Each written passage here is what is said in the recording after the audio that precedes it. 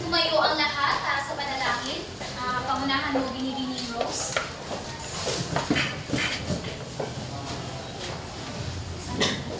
Father, Son, Holy Spirit. Our Father, who art in heaven, hallowed be thy name. Thy kingdom come, thy will be done on earth as it is in heaven. Give us this day our daily bread, and forgive us our trespasses, as we forgive those who trespass against us. And lead us not into temptation, but deliver us from evil. Amen.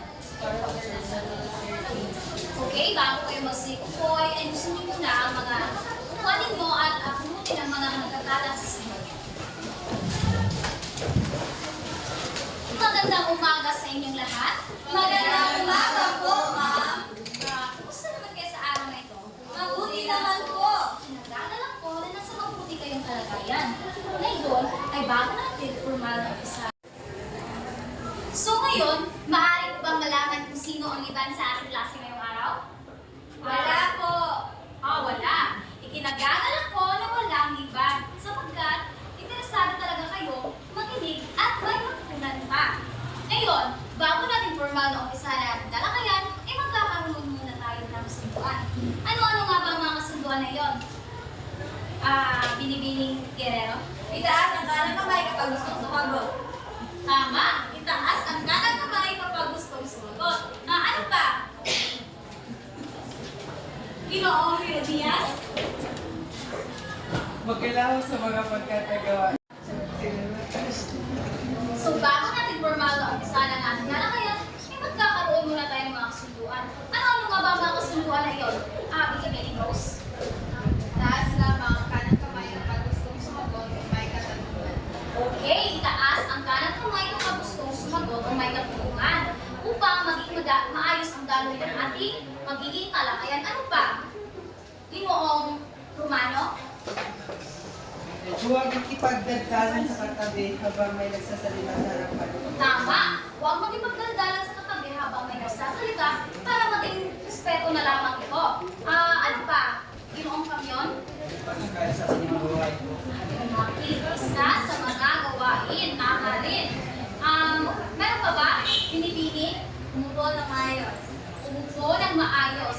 Maasahan ko ba na susundin niyo ang ating mga kasunduan sa ating talakayan ngayong araw? Opo! Okay, maraming salamat. Okay, class, handa na ba kayo sa panibagong paksang ating tatalakay sa umagang ito? Opo! Handa na ba ang lahat? Opo! Kung handa na, ibigyan niya ako ng 5 bagsak. Ngunit bago tayo dadako sa ating paksang tatalakay sa umagang ito, ay magkakaroon muna tayo ng pangkatang gawain.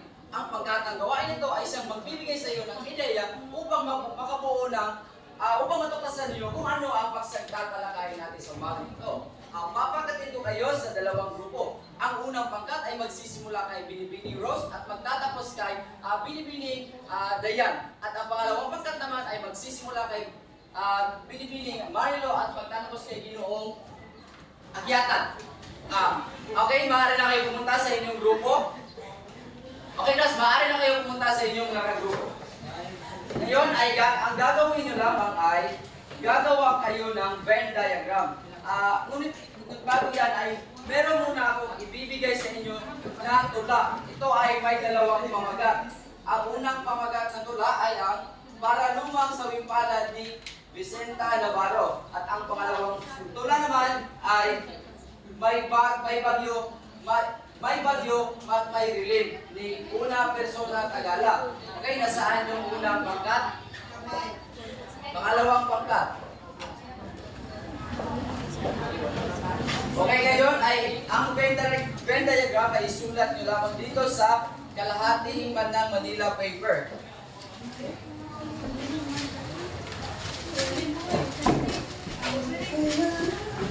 Bibigyan ko lamang kayo ng 5 minuto upang masagutan ang gawain iyan. Nagkakaintindihan ba tayo, class? Opo! Okay, maaari na kayo magsimula. Sa tingin ko, class, ay natapos na ang 5 minuto, kaya ngayon ay ipaskin nyo na dito sa harapan. Sa pagpresenta pala, class, ay pipili lamang kayo sa inyong grupo ng isang representante upang ilahan dito sa harap ang inyong nabuong nabuo o mga naging sagutan. Okay, magsisimula tayo sa pangkat una. Sino ang representante nyo? Okay, Ginoong Herodias.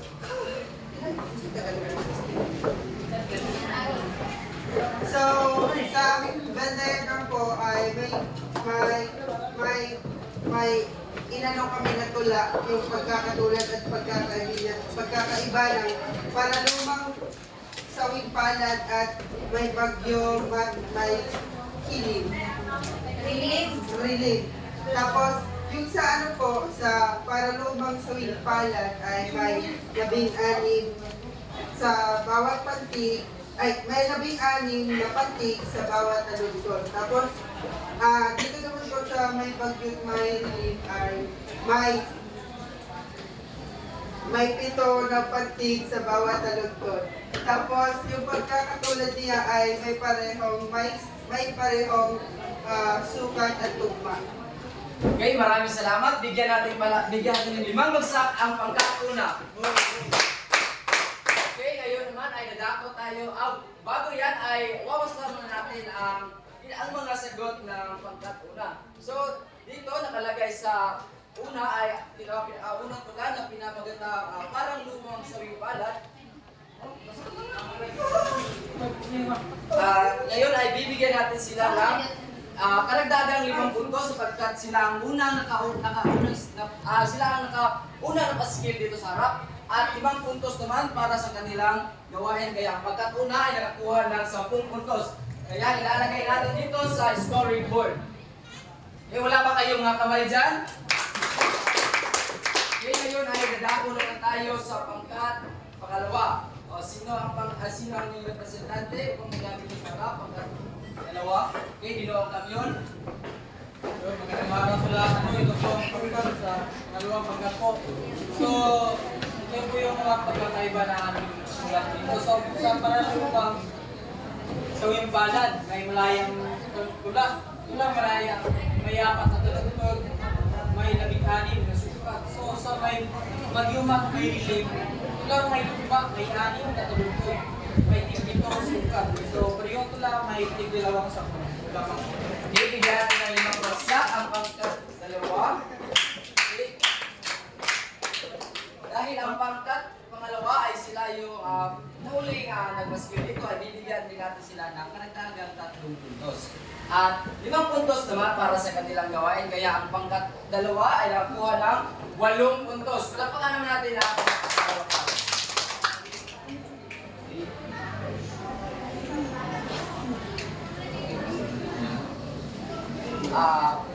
Ngayon ay batay sa inyong gawain, ano kaya ang inyong napapansin o nahihinuwa kung ano ang paksang ating tatalakay sa umaga nito? Okay, binibini Sherry? Sa tingin ko po, ang paksang tatalakayin sa araw na ito ay may kaugnayan sa tula. Tula. Okay, maaari. Sino ba ang gusto sumagot? Okay, binibini Mordia. Tingin ko po, ang paksang aming tatalakay sa araw na ito ay yung mga sukat. Kailang may yung kailangan mayroong sukat ang isang tula. Kailangan din yung katulad. Okay, tumpak, magaling, binibining Mordia.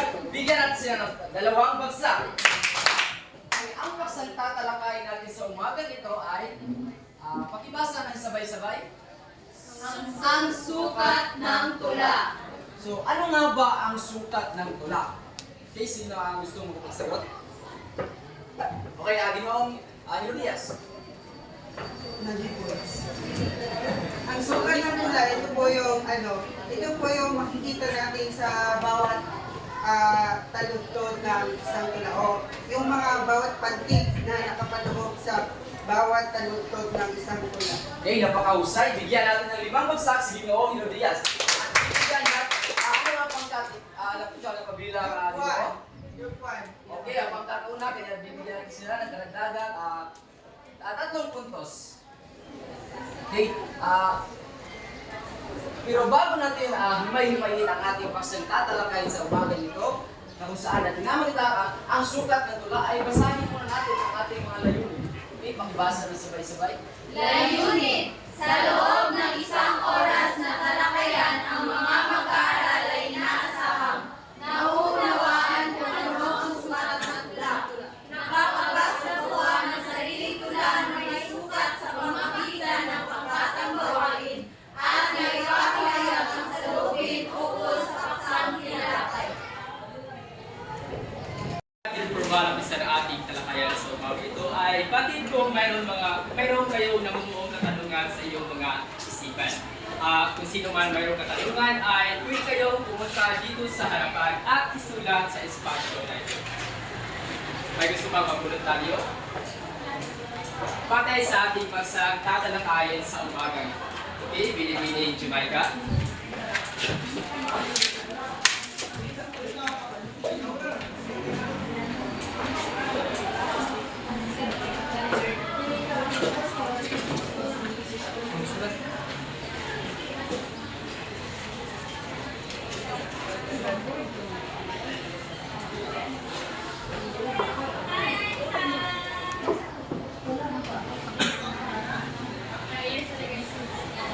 Mayroon pa ba mga tanungan, class? Kung wala na ay simulan natin ang ating talakayan sa umaga ito batay sa paksang ang sukat ng tula.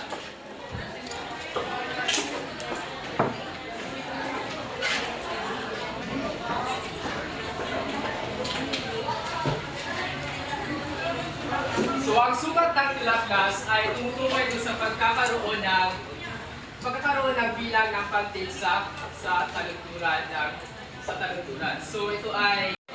So ang sukat ng tula, class, ay tumutukoy doon sa pagkakaroon ng tamang bilang ng pantig sa bawat taluntot o linya ng tula. Ito din ay nagbibigay ng o balanse sa isang tula. So ang bawat taluntot ay may iba't ibang bilang ng pantig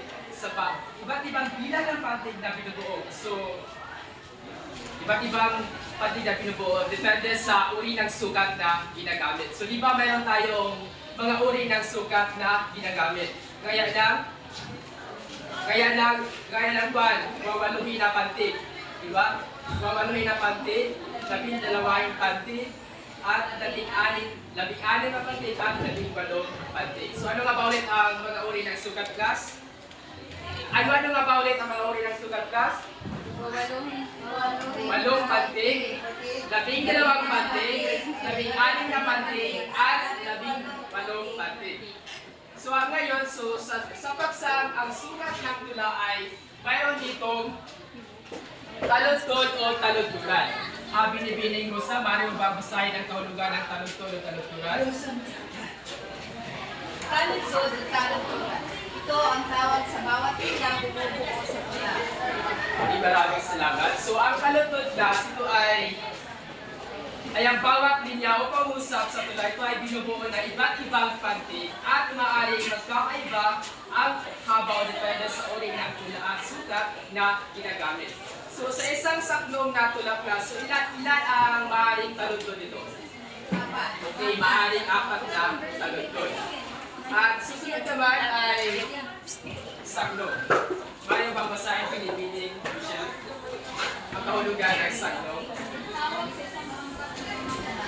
Okay, maraming salamat. So ang saklong, class, ang tawag sa bawat verso o linya ng tula ito ang nagpapakita ng pagkabukod ng mga ideya o pagsama-sama ng mga ideya base sa ating paksang pinagbabasihan.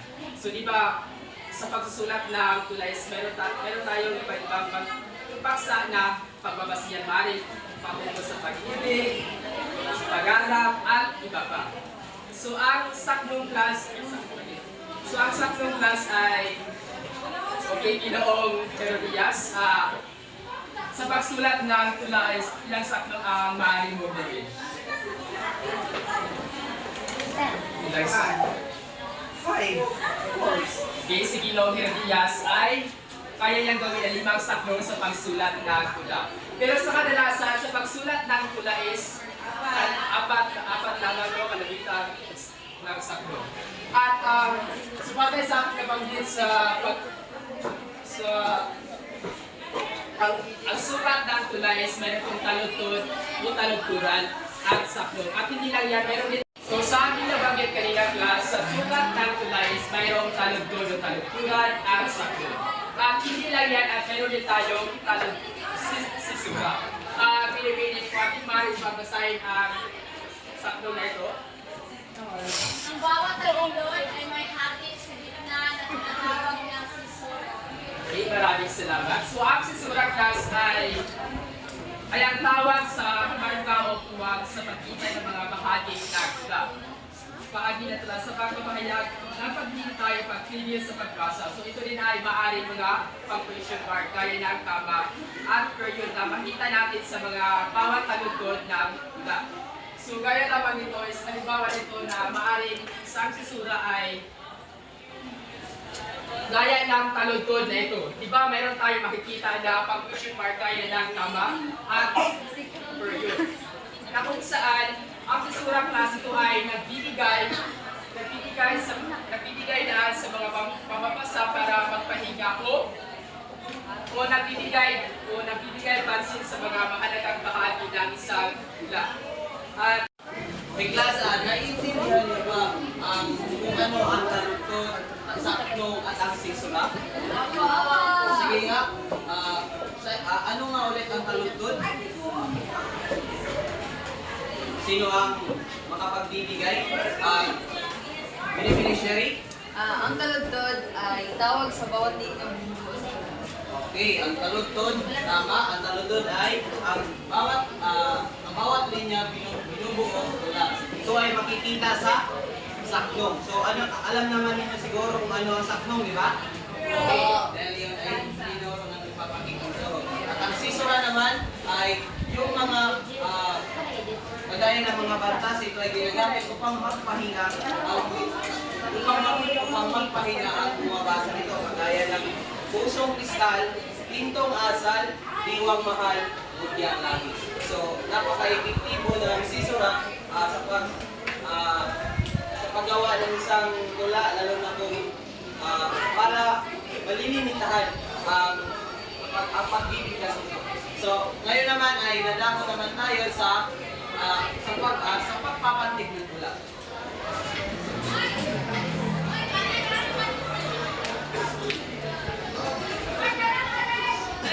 Now, sino sa inyo ang may idea kung ilang pantig ang anyong ng tula katutubo sa Pilipinas? Wala? Okay. So, ang anyo lang, 7 pantig ang anyo ng tula katutubo sa Pilipinas. So, may mga tula din naman na ginagamit kung may sukat na wawaluhin, may lalabing-dalawahin, o meron ding wawaluhin na taludtod. So, halimbawa na lang ng ng tulang ito, no? Ito ay tula ni Pedro Iyang Pagkatuamo. So, sa bawat pantig ng tula ay merong mga 8 pantig. So, masasabi natin ang isang tula na wawaluhin o lalabing-dalawahin kapag ang pantig sa isang taludtod ay 12 o 8. So,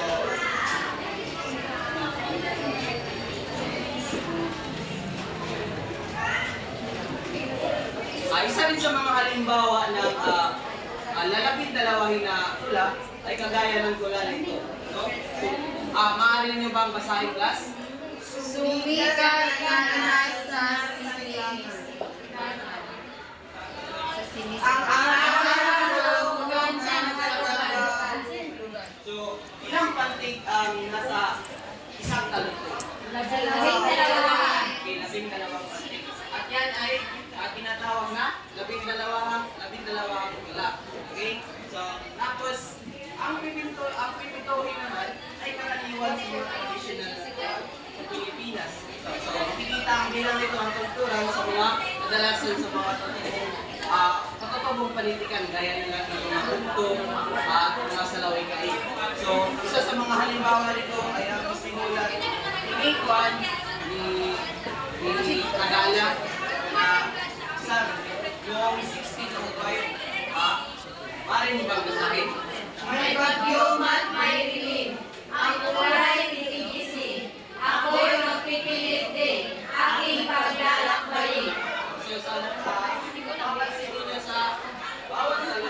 isang takbo, ito ay binubuo ng itong pantig sa bawat talento.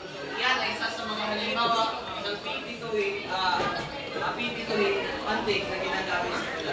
So, may iba't ibang, may mga iba't ibang pagpapantig, sukat ng isang tula. Ito ay nakadepende pa rin sa isang manimulat kung ano ang gusto ng ipahiwatig o ipapahayag sa isang tula. Either na lang kung gusto niya ng ito, or either 5, or either 1. So ito ay nakadepende sa isang manimulat. So kayo, kapag nagsusulat kayo ng tula, saan kayo mas komportable? Ilang pantig ang kaya niyong gawin? Labing-anim, okay, labing-anim. Bakit labing-anim nga ba? Para sa akin, dahil mas madali at mas madaming mga salita ang pwedeng mo. Kasi konti lang ang salita ang hirap sa akin.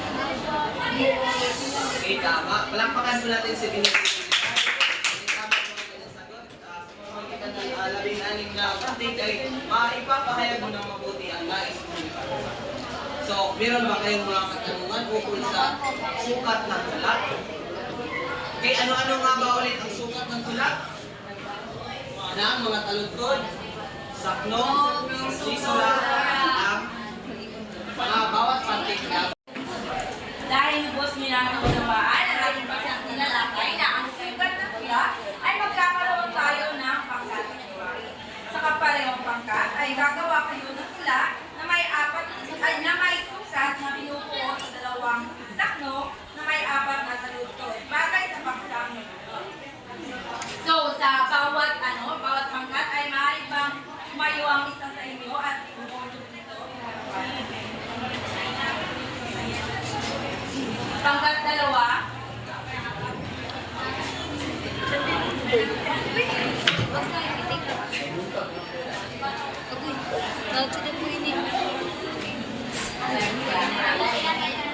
Bibigyan ko lamang kayo ng 5 minuto para gawin ang aking gawaing ginagawa. Kung sino ang unang makatapos ay bibigyan ko ng karagdagang puntos. Maliwanag ba? Okay. Pero bago yan ay basahin nyo sabay-sabay ang ating pamatayan. Rubric sa paglikha ng tula. Pamantayan. Mensahe at aral na nakaloob sa tula. Naisan at kalinisan ng pagkakasulat. Wastong pagkakabaybay at pagbabatas. Pagiging malikhain. Kakupan ng paggamit ng mga salita sa napiling paksa o tema. Ngayon ay magsimula na kayo. Ang bawat pangkat ay nakakuha ng 25 puntos, kaya bibigyan natin sila ng 5 bagsak. Dahil nagawa Pagsimbo na lubos na naunawaan ang ating paksang tinalakay sa umagang ito, kaya meron na makikita ang katanungan. So ano nga ang ating paksang tinalakay sa umagang ito, class? Okay, Pilipinong Reina. Ang paksang tinalakay natin sa umagang ito ay tungkol sa ang sukat ng tula. Okay, ang sukat ng tula. So, ang nakapaloob sa sukat ng tula ay ito ay talito, talituan, sasara, sakno, at tatlapan korpi. So, ano nga ba ang layunin ng sukat ng tula? Tingin ko po ang layunin ng sukat ng tula ay para gabayan tayo na lilikha na isang tula para mas maging organisado, maayos at malinaw ang takbo ng ating tula, lalong-lalo na ang mga mensahe dito. Okay, maraming salamat.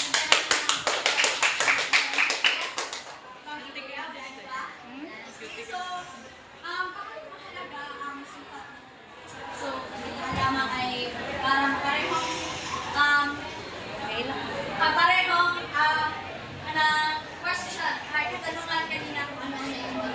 So, sa iyong sariling pagpapandugan, ano sa iyo o bakit mahalaga ang sukat ng tula? Bakit mahalaga na may sukat ng isang tula? Mahalaga ito sapagkat